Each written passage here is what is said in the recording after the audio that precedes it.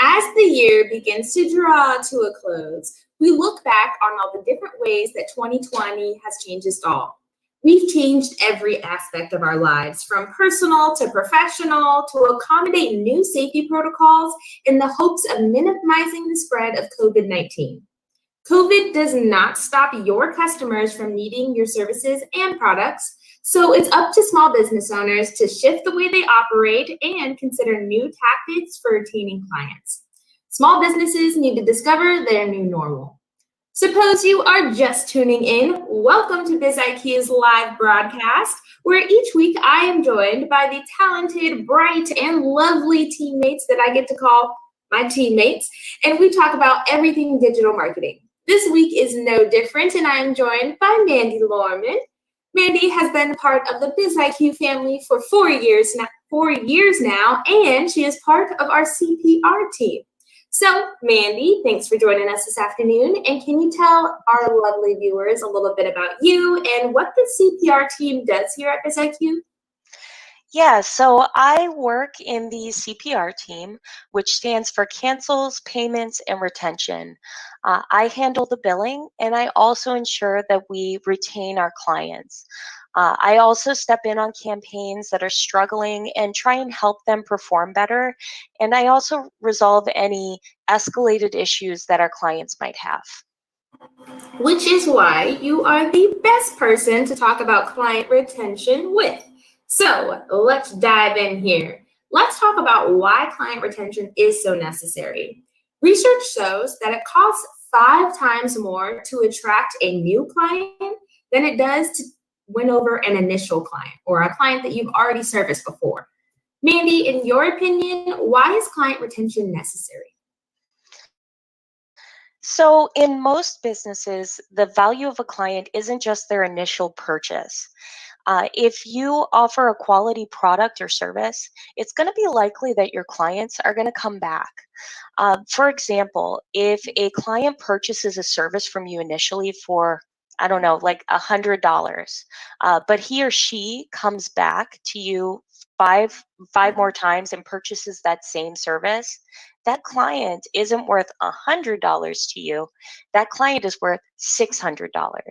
And this is what we actually call lifetime value of the customer. Interesting. Now, correct me if I'm wrong, Mandy, but from my perspective, it seems like a significant portion of client retention is around building relationships and connecting with people. We're all human, and by nature, we're social creatures who just want to be understood. Mandy, how does connecting with your clients play a role in your process? So, connecting with your clients builds that sense of community amongst your customers. This encourages them to remember you when they're looking for your products or your services. It also allows you to stay in their mind. It's more likely that they're going to refer you to somebody that is looking for those same products or services. Yes, that is awesome to hear. We always want to stay top of mind in our clients' mind. But for some people, it might be hard for them to find that connection or the common ground with their customer. With business owners who are struggling to find the connection, what recommendations do you suggest for them to be able to do that? Well, the first step is actually just reaching out. Oftentimes, business owners are very nervous about reaching out to their clients because they're afraid their message won't resonate with their audience. The truth is, it's always better to try than to not try. Opening that dialogue with your clientele offers a chance to really get to know your clientele's wants and your clientele's needs. I love that. Now, we've talked about why client retention is essential. We've talked about how to find that common ground with your clients, but let's talk about nurturing that client relationship so that it doesn't end up in a cancel or a refund. Mandy, do you have any tips, tricks, insight on what business owners can do to get ahead of those obstacles? Well, believe it or not, the number one rule is really listen. If you can open a dialogue with your clientele, you'll always find ways of improving your service and product to retain those clients and to get ahead of any of those obstacles. Now, we have been talking about client retention a bunch, but we have another topic, which is, let's see here, growth during challenging times.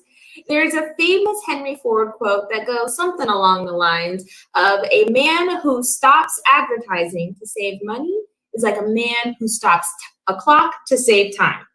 There are plenty of stats out there that prove when the going gets tough, you need to invest in your marketing. Mandy, can you speak to the importance of improving your visibility and what to do when the going does get tough?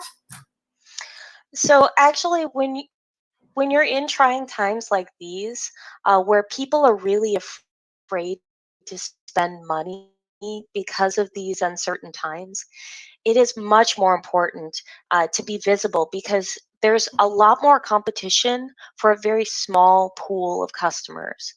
It becomes crucial that you get up in front of each and every potential customer you can because there are less customers out there. And honestly, this will minimize that loss that you can take from a year like this due to, outside causes like COVID-19. And do you have any suggestions on the type of campaigns that business owners could implement to help with that increased visibility? Yeah, actually, the best investment that I think most small businesses can really make is investing in a full local SEO campaign. And when I say that, I mean both on site and off site.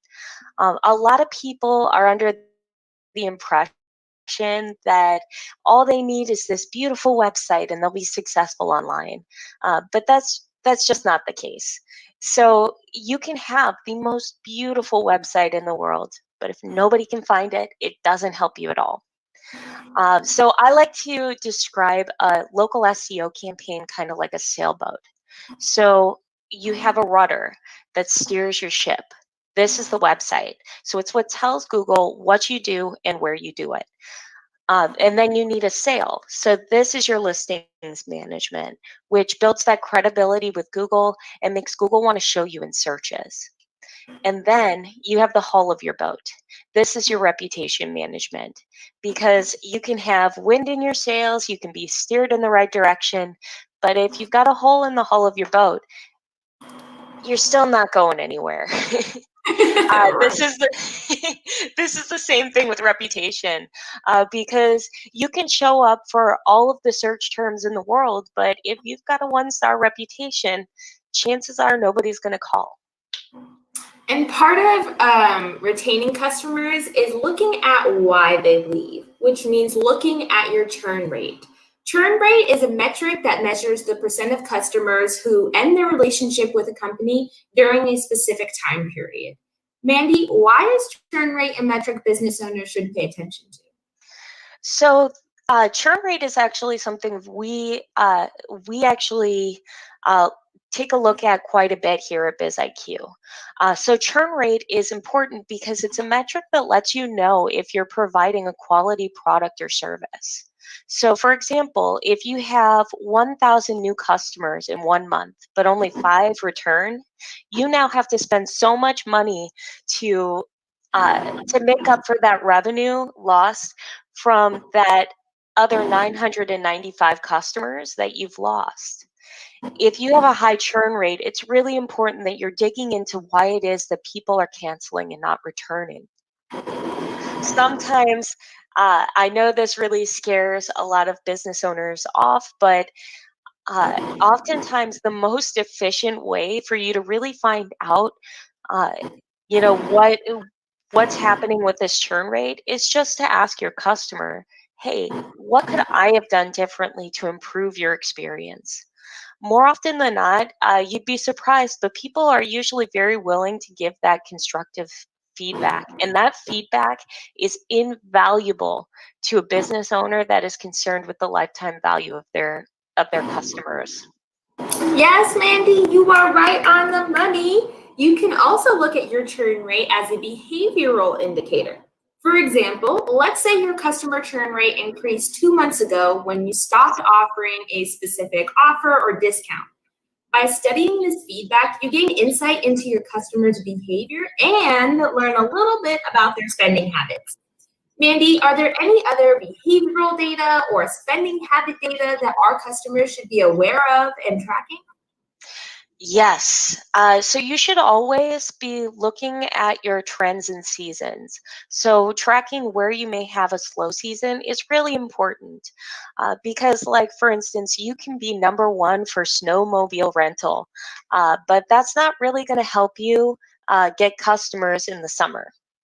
So, in addition to that, though, it's also really important that you look at the how long it usually takes for the average client to make their purchase.